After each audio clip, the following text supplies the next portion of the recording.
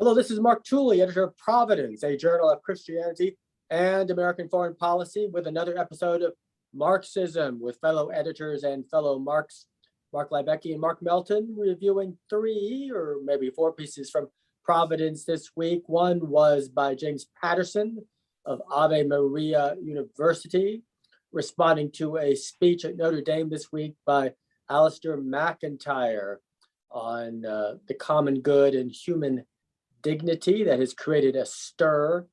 The second is a piece by Mark Royce on Afghanistan international law, and should we have helped those who were escaping? Was Afghanistan technically an ally? And then also a piece from Christianity in Crisis, Reinhold Niebuhr's magazine, from 75 years ago. And we may touch on North Korea. But first, let's take a look at James Patterson's piece on Alasdair MacIntyre's speech, which MacIntyre is a famous and now elderly, but still very influential Catholic thinker. And in his speech, he's dismissive of the church's contemporary focus on human dignity, which he finds to be incomplete in terms of what the church seeks in society. And he wants to return, if I understand him correctly, to an earlier, as he views it, more holistic, Thomistic view. His perspective would be this more holistic view would emphasize, for example, a government social welfare state to ensure that all human needs are provided for. Chad Pecknold at Catholic University and others who are friendly to the integralist perspective and who denounce liberalism were very enthusiastic about MacIntyre's speech as ostensibly in sync with their agenda, which is to deride and hopefully or historically overcome liberal democracy. James Patterson has a critique of MacIntyre and of Chad Pecknold, and in defense of the church's contemporary teaching on human dignity, and by extension, a defense of liberal democracy. So, Mark Libecki, as a Protestant, what do you say about all these Catholic thinkers and their intellectual brouhaha? Well, I think your introduction sort of illustrates the complexity of the piece. It's a little bit of a slog, so you should pour yourself something and take your time. A lot of names, a lot of concepts. What I appreciate that they've done is, I do appreciate the emphasis on responsibility. He takes an interesting turn early on in the piece to note that Alasdair MacIntyre. I just had like a 49-year-old old man moment. That was weird. I appreciate the early turn he takes where he says that, look, one of the critiques about human dignity is that it becomes incredibly me-focused and rights-claiming, rather than to say, well, look, it may well be that human beings have something that we can call human dignity. Theists would say that's because we were made in the image of God.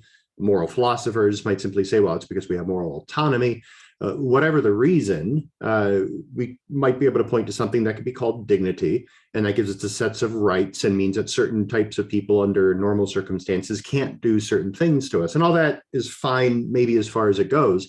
I do like the emphasis that if, in fact, we have human dignity, that should also presuppose a set of responsibilities. That to be made in the image of God might not only mean that there are certain things you ought not do to me, but it might mean that there are certain things I have to do to others, right? And so that points more readily to human ends and rules such as love, and it puts the burden on human responsibility, which is I think a good turn. The directions that the integralists are taking that and what that necessarily means, I think it goes into some crazy places quickly. So I also think it's useful to get away from one of the critiques of liberalism that I appreciate under certain circumstances said by certain people, lots of qualifications, is the overemphasis on an individual. And so this pointing away from rights talk or dignity talk, rights rooted in dignity talk, maybe helps to alleviate some of that. He notes the complexities. He brings up the Rittenhouse trial, which is, I haven't checked the news recently. I don't know if the verdict has come in. Acquitted. What's that? Acquitted. Acquitted. There we go. So, they address the question of human dignity, and then he uses the terms that the trial is all about trying to figure out whether or not Rittenhouse's actions violated somebody else's human dignity. And they use the interesting language, if I remember correctly, that there's really nothing you can do to squash your dignity. And that should be a focus of some of the conversation, because then the question becomes, if human dignity is about responsibility, and if you aren't meeting the responsibilities of dignity, can you not forfeit, maybe not your dignity per se, but forfeit the privileges that come from that dignity? Certain people can't respond to you in certain ways if you're responsible, because they would have no reason to.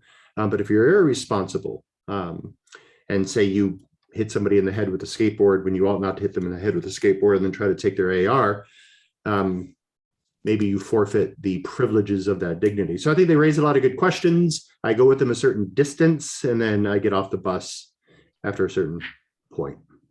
Now, Patterson notes that there was a question for MacIntyre, for someone who asked or pointed out that St. Thomas, of course, approved of torturing heretics and did not think that there were protections of religious freedom for Jews in his time.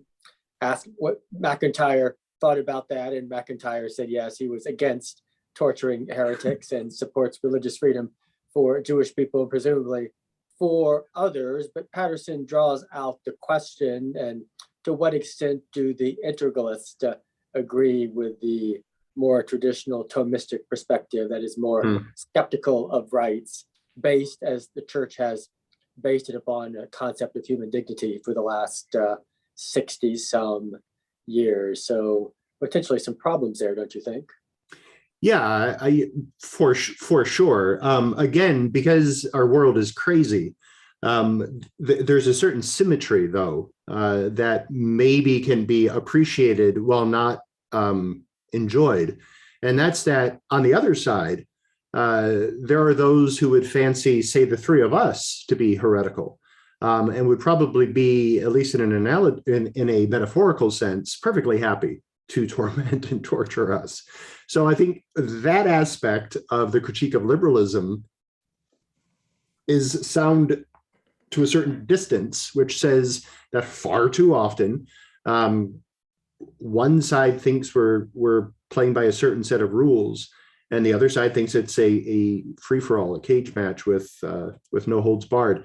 So there's a lot of old symmetries coming back that are fascinating. There's multiple ways of falling off a horse, and within that one article, I think there's multiple horses and multiple sides. So I think it's a fascinating conversation. There's a little bit of wisdom in all the different positions, and there's a little bit of crazy as well. So, well, Mark Melton, tell us just a little bit about Mark Royce's piece, arguing a technical point in terms of international law. Was Afghanistan legally an ally of the United States, and therefore legally did it have legal obligations to evacuate all of those who served the cause of the United States over the last 20 years? As I understand his piece, he believes from a humanitarian perspective, we were correct to rescue those whom we could, but we're not legally obligated. Your thoughts, Mark Melton?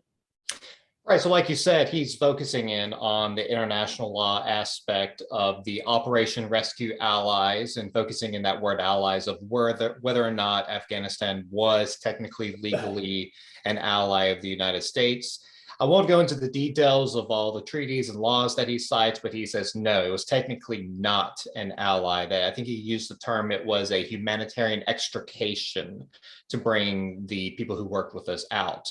Now, if I'm honestly sitting in the government, I told Royce this, but like if I'm sitting in the government making decisions, I'm still going to bring them out. I will probably still call them allies, because frankly, if you work with us in our military, I would still say you're an ally, whether or not the international law says that. And to me, like a broader question is the role of international law in foreign policy, because, you know, I don't think I know of any lawyers who practice law who take international law seriously. I've heard the term, it's made up. It is non-binding, it's guidelines, we don't actually follow it, or if we follow it, we follow it because it's in our interest. And so if we only follow the law because it's in our interest, then is it really law?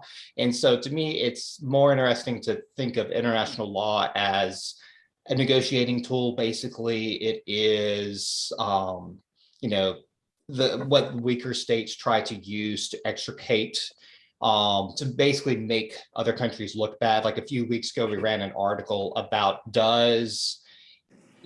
why is it that Turkey isn't allowing Cyprus to use the International Criminal Court to, basically try Turkish troops and the Turkish government for its violations of human rights and other problems there. Well, the reason why is because Turkey is powerful and it has the ability to stop Cyprus from accessing The Hague.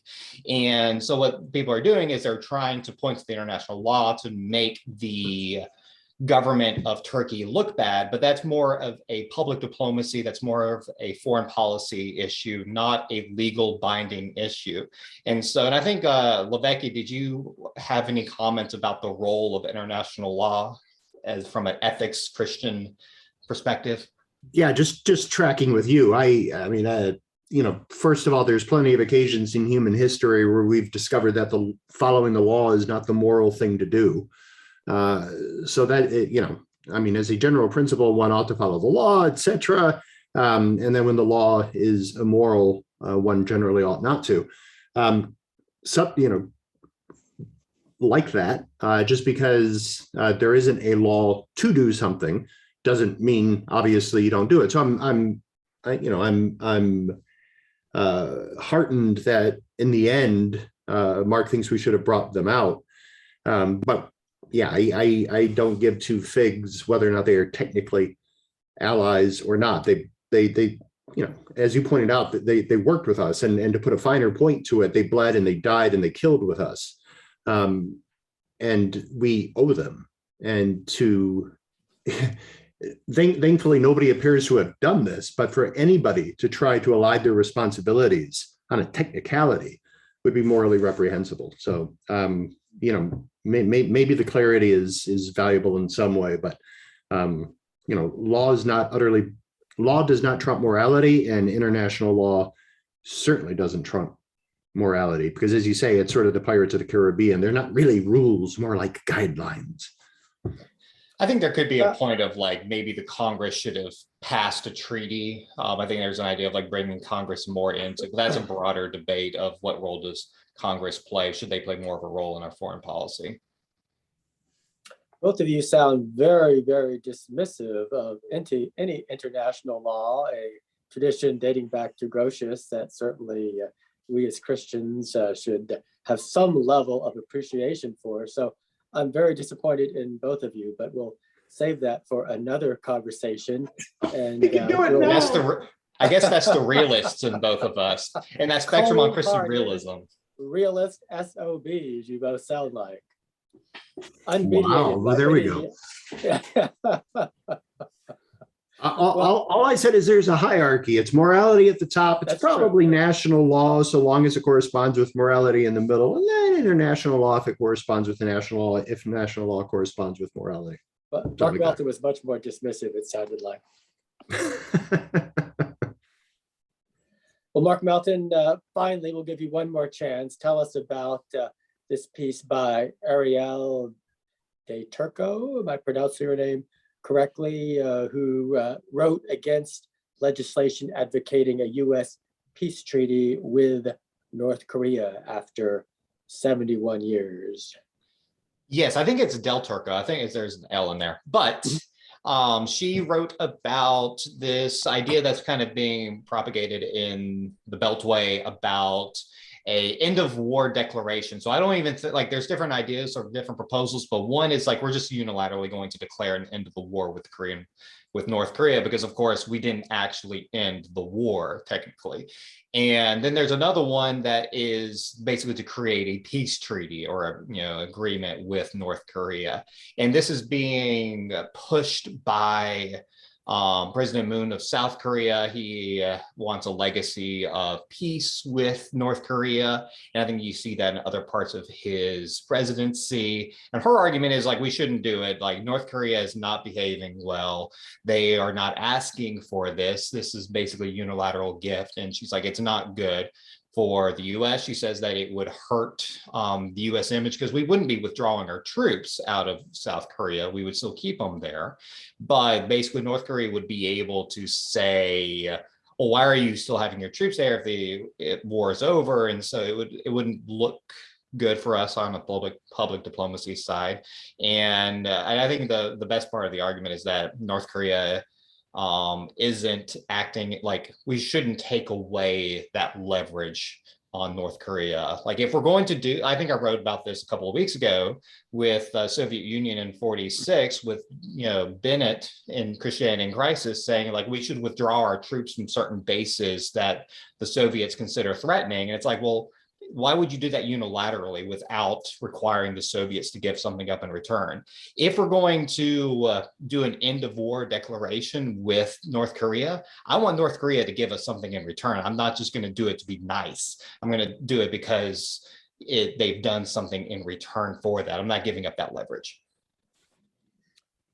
Thank you for that succinct analysis, Mark Melton. Mark Levesque, you're heading off for a weekend of camping in cold, nearly frozen, mountainous Western Virginia. It's a Christian group, so I guess the old joke about the frozen chosen, there it is. And it's Presbyterian too, isn't it? I think we're a mix. We're an amalgam of the people of God. Ecumenical. It'll be a beautiful Have thing. a good time. Stay warm. Thank you, both of you, Marks, for another scintillating episode of Marksism. Until next week. Bye-bye. Sorry to disappoint you, boss. There's always redemption.